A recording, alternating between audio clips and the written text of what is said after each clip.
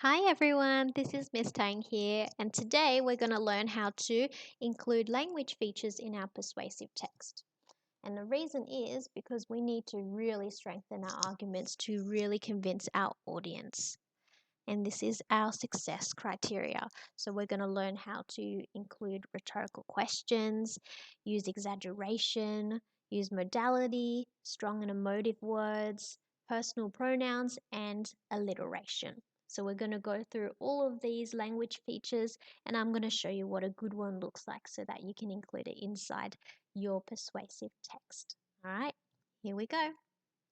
So, for rhetorical questions, these are questions where you don't expect the audience to answer, but you just want them to have a think about what that might look like. So, for example, you could say, how would you feel if you were never lonely? So, you're trying to get them to imagine that situation and try to, have a think about your point, about your text, and then put them in a situation and ask them a question that gets them to visualize something and imagine something, okay, to help you with your point of view.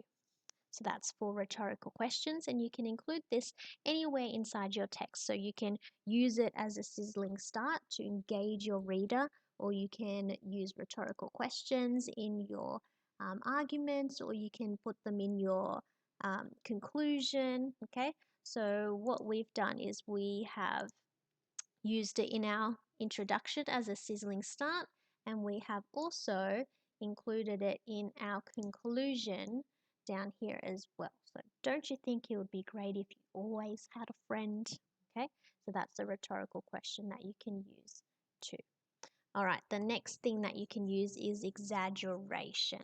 So, exaggeration is where you're being really dramatic and it's not really true, but you're just exaggerating and being dramatic so that you can push your point of view across. So, for example, the lack of pets are destroying the need for exercise in today's children. Okay, so you're being really dramatic, but you're also trying to push your point across. So you can use exaggeration in your persuasive text as well. Okay, the next one is modality. So you can use words like certain or must or obvious, and all of those strong words will help you push your point even further in your piece of writing. So, for example, it is certain that having a pet will make you happier. You must buy a pet today. Okay, so it just pushes it and makes it even more powerful. The next thing you can include are strong emotive words. So these words help um, get an emotional response from your audience. So, for example, think about all the unwanted dogs and cats who must suffer through the horrific task of waiting for someone to take them home every single day. Okay, so you can use some strong emotive words in your sentences. They don't have to be that long, but you can use them to be dramatic and also create an emotional response from your audience and your reader too, because you want them on your side. You want to convince them of your point of view. And this is a language feature that you can use in your text. The next one is personal pronouns like we. Okay, like we need pets to help us lead a happier life. So you can use personal pronouns like we in your persuasive text as well, because you're trying to get everyone on board. You're saying we to include everyone, including the audience.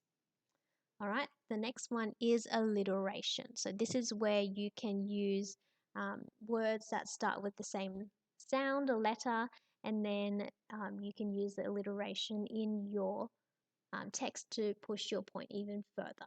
So, for example, families should own pets to be social after school, not stuck inside sitting and stressing.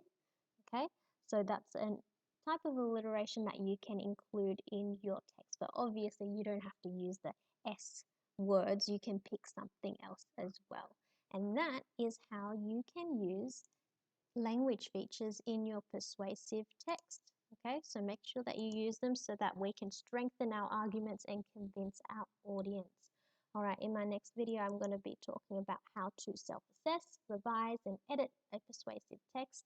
And if you haven't already, make sure that you have a look at how to write a conclusion, how to write an argument, how to write an introduction, and also how to brainstorm for persuasive text.